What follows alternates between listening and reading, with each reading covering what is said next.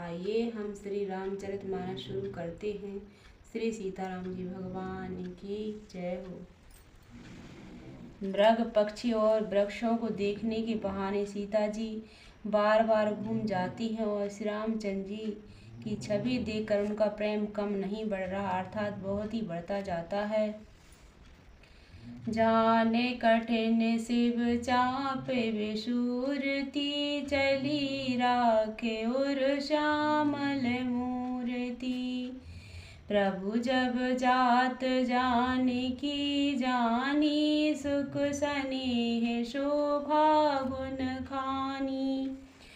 शिव जी के धनुष को कठोर जानकर वे विसुरती मन में विलाप करती हुई हृदय में श्री रामचंद्र जी की सावली मूर्ति को रख कर चली। शिव जी के धनुष की कठोरता का स्मरण आने से उन्हें चिंता होती थी कि ये सुकुमार रघुनाथ जी उसे कैसे तोड़ेंगे। पिता के प्रण की स्मृति से उनके हृदय में क्षोभ था ही, इसलिए मन में विलाप करने लगी। प्रेमवश ऐश्वर्य की विस्मृति हो जाने से ही ऐसा हुआ। फिर भगवान के बल का स्मरण आते ही वे हर्षित हो गईं और सावली छवि को हृदय में धारण करके चली।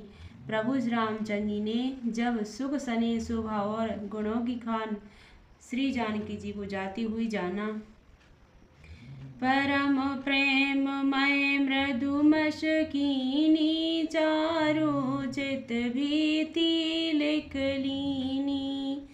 गई भवानी भवन बहोरी, बंद चरण बोली कर जोरी। तब परम प्रेम की कोमल स्याही बनाकर उनके स्वरूप को अपने सुंदर चित्र रूपी भीति पर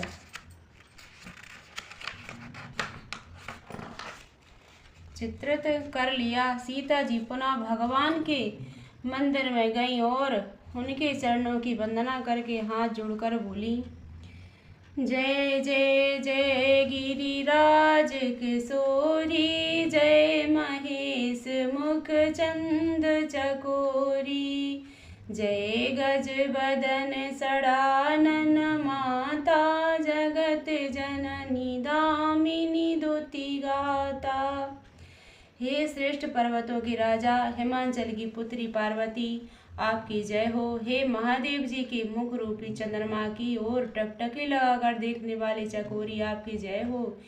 हे हाथी के मुख वाले गणेश जी और 6 मुख वाले स्वामी कार्तिकेय जी की माता, हे जगत जननी, हे बिजली की सी कांति युक्त शरीर वाली और 6 मुख वाले, आपकी जय।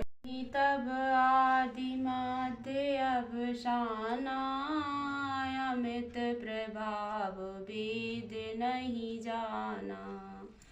भव भव विभव पराभव कारिणी, विश्व विमोहनी शुभश विहारिणी। आपका न आदि है, न मध्य है और न अंत है। आपके असीम प्रभाव को वेद भी नहीं जानते। आप संसार को उत्पन्न, पालन और नाश करने वाली हैं, विश्व को मोहित करने वाली और स्वतंत्र रूप से विहार करने वाली हैं। पति देवता सुति महु, मात प्रथम तब रे के महिमा, अमित न सकहि कहीं, सहस शारदा शेष।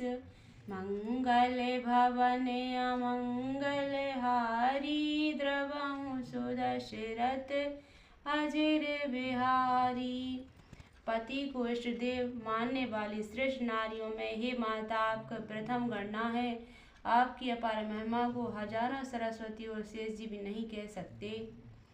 सेवत तो है सुलभ फलचारी, वरदायनी पुरार प्यारी।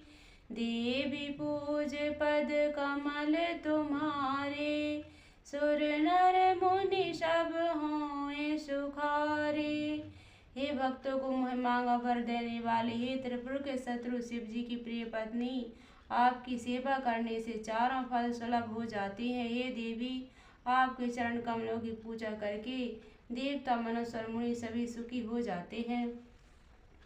मोर मनोरथ जानहुनि के, बसहु सदा और पुर सब ही के, कीनेहु प्रगट न कारण तेहि, असी कहे चरण गहे वैदेही।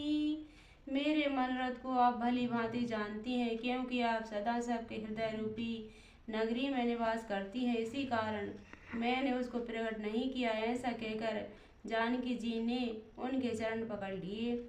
विनय प्रेम बस भई भवानी, कसी माल मूरत मुस्कानी, सादर सिय प्रसाद सिर धरेऊ, बोली गौरे हरस ही भरेऊ।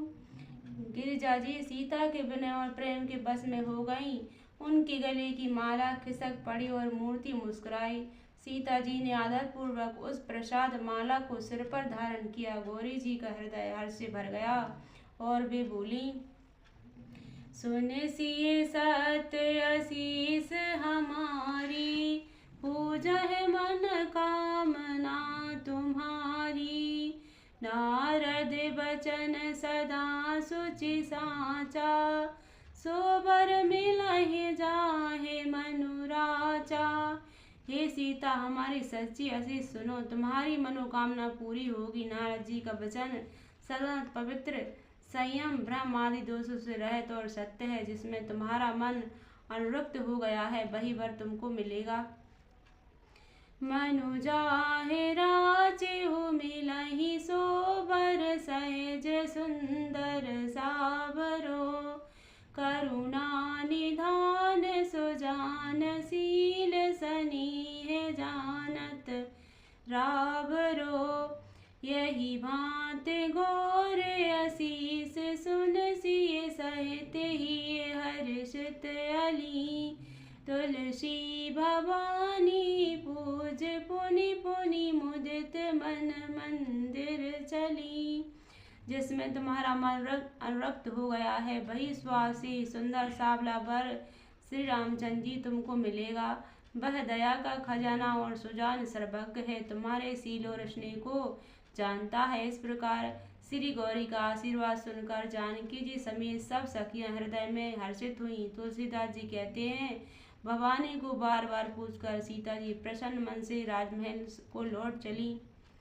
राम जान गोरे अनुकूल, सिहि हरस न जाए कहीं, राम मंजुल मंगल मूल, बाम अंग फरकन लगे।